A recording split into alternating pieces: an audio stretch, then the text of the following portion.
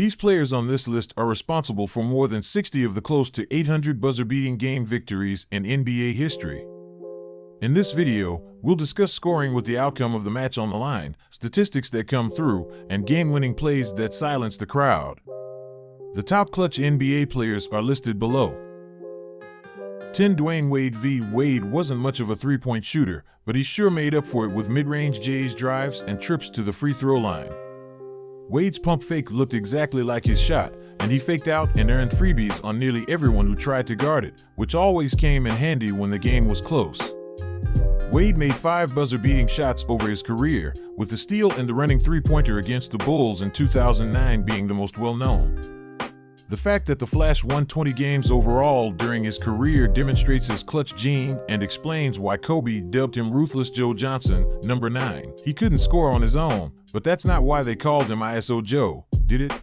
One of the greatest one-on-one players of the 20th century, Joe Johnson was a walking bucket. Ask Paul Pierce, and Joe could make you look bad with his dribbling, but he's best known for his clutch scoring. Joe is second in history in buzzer-beater game-winning attempts with 8. True to his nickname, 7 of Johnson's buzzer beaters were unassisted because Joe didn't need anybody's help to score. Number 8. Reggie Miller, because he was one of the best shooters ever. Reggie Miller has a lot of memorable clutch performances. The game appeared to be already lost for his Pacers when he made 3 clutch baskets in 8 points and 9 seconds to defeat the Knicks and Spike Lee. Then in 1998, he cheekily pushed off Jordan and then sank a 3 in his face. Yes, it was a foul, but he knew that the ref wasn't going to call it, and that's called being clutch and cold-blooded. The NBA started tracking clutch stats in 1996, and for his final 9 seasons, Miller made 142 three-pointers in crunch time, almost twice as much as the second-best player, number 7, Jerry West. Jerry West has 2 nicknames in basketball. The first one is called the Logo because his silhouette is on the NBA emblem, and the second one is called Mr. Clutch because, in the early 1970s, no one had made more clutch baskets than he had. I always wanted the ball in my hands with the game on the line, as I think any real competitor does. I was disappointed if I didn't have a chance to win a game. Jerry West made 4 game-winning buzzer beaters in his career, 2 of which came in the playoffs. His most famous shot was in the 1970 finals when he cashed in a Hail Mary from his own half-court to send the game against the Knicks to overtime. If he played in a three-point era, that shot would also qualify as a game winner. But because there were no 3, the Lakers eventually lost the game in OT. 6. Paul Pierce. He wasn't the fastest, the strongest, or the most athletic, but Pierce had incredibly wide and strong shoulders, which he used to create separation. After he got some space, the ball usually went in, especially when the game was on the line, and that's why Shaq gave him his nickname. The Truth's 7 game-winning buzzer shots rank 4th all-time, and his 5 buzzer-beater assists are a record high. Pierce had a devastating three-point shot, but it's fascinating to note that all 7 of his buzzer beaters were from the mid-range. He traded clutch buckets with LeBron and Kobe and got the better of both. During the 2008 playoff run, he won the Finals MVP. Even at the advanced age when he played for the Wizards, Pierce nailed a playoff game winner that went in off the glass. When asked if he called the bank, he famously said, "I called a game and dropped the mic." Number 5. Larry Bird. Larry Bird was one of the best shooters ever. He was 6'10", and he was one cold sob. This cocktail of traits made him into the best clutch performer of his era, and the Celtics always believed that they had a chance to win it. When Bird had the ball, Larry was extremely confident with the game on the line, but that's shooting prowess, no matter who guarded it. He's hit only 4 buzzer beaters for his career, but each one came when the Celtics were trailing. But Bird has done more in the clutch than scoring. He was a tremendous passer, and when Bird stole the ball from Isaiah Thomas, he made one of the most memorable clutch steals in NBA history. For Damian Lillard, there's not a widespread definition of clutch moments. Minute of a close game, but when Damian Lillard is on the court, the clutch moments are known as Dame time. Since he got to the NBA, Lillard has been one of the NBA's top 15 scorers in crunch time every season and top 10 in the last 5 years. For the 2021 season, Game has been the best clutch scorer in the league, recording 162 points in the last 5 minutes of close games, including 7 game-time or go-ahead shots in the final minute, all of which led to Blazers wins. He made 51% of clutch shots last year, 40% from deep, and a remarkable 95% from the line. His rich legacy of unbelievable game winners started in 2013 when the Blazers were down 2 in Game 6 of a first-round series against the Rockets. The action was drawn for LaMarcus Aldridge, but Lillard got open, trained the three, and sent the Rockets home. His second series buzzer came in 2019 against Paul George. When Dame sent OKC home from 35 feet away, George called it a bad shot, which might have been true for any other player. Not for Dame, who's draining 30-footers almost like layups since he came to the NBA. Lillard leads the NBA in baskets that give a team the lead in the waning seconds of a game, including the playoffs. In other words, Dame Time is the NBA player who is currently the most decisive.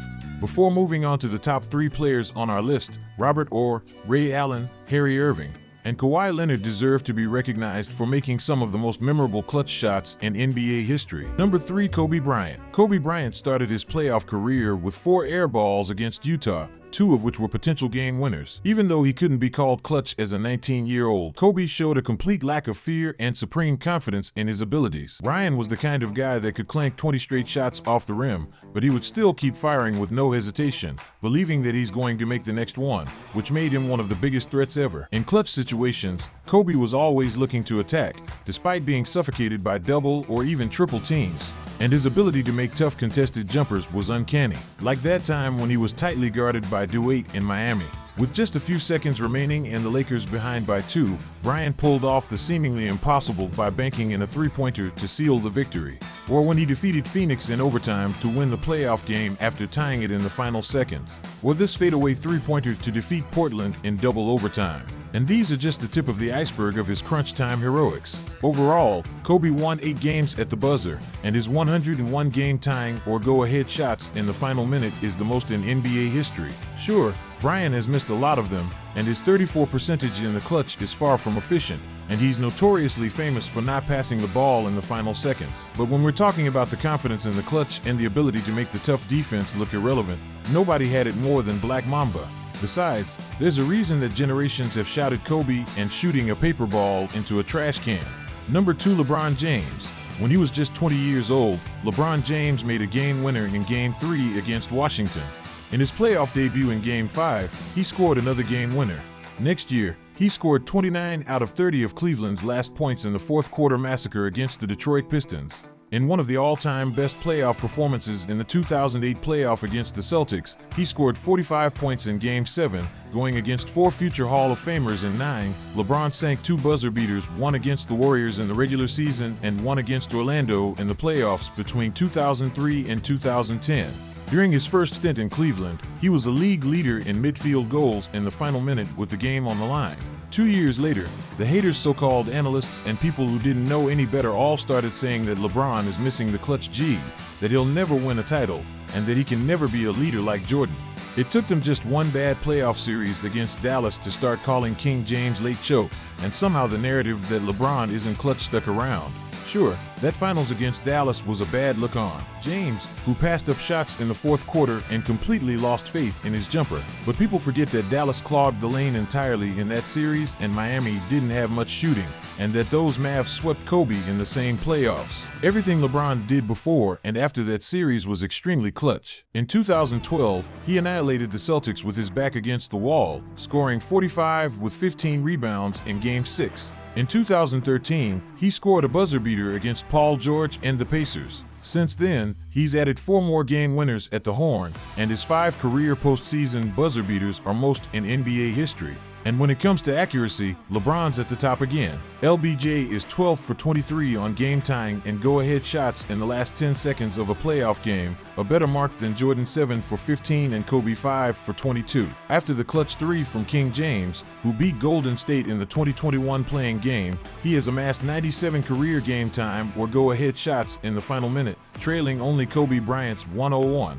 Not bad for a guy whose best skill is passing and will not force shots when they are not there. Instead, pass it to an open teammate. Number 1, Michael Jordan is supreme athleticism, enormous hands, polished mid-range and post-game, and the ability to hit tough turnaround jumpers. MJ could get his shot off against anybody, which made him extremely difficult to guard even though everybody in the arena already knew who would shoot the last shot. Opposing coaches and players usually couldn't do anything to stop it, other than praying that MJ misses the shot. Jordan's career was filled with clutch moments starting from the 1982 NCAA championship and a game winner against Georgetown, and the final his next career buzzer beater highlight came in 1989 when he hit the shot over Craggy Low at the buzzer in the fifth and final game of the series, which sent the Bulls to their first conference finals. Then in 1993, Jay hit another series buzzer beater to send Cleveland home again, but his most important shots came in the finals against Utah in 1997. Jordan made 9 of 18 go-ahead or game-tying shots in the final 24 seconds of the fourth quarter or overtime to secure the Bulls their 6th championship in his career. He scored at the buzzer to win Game 1 in 1998. He made the last shot of the game over Byron Russell to secure the Bulls their 6th championship in his career. There he made 9 game winners at the buzzer, which is the most in NBA history. Interestingly, all 9 were jump shots and 7 of them were unassisted, which proves the Bulls' well-known coaching tactic in the Jordan era. Just give the ball to Michael and move the hell out of the way.